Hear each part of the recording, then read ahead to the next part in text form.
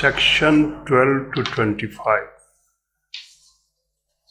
relate to computation of period of limitation. How the period of limitation is to be computed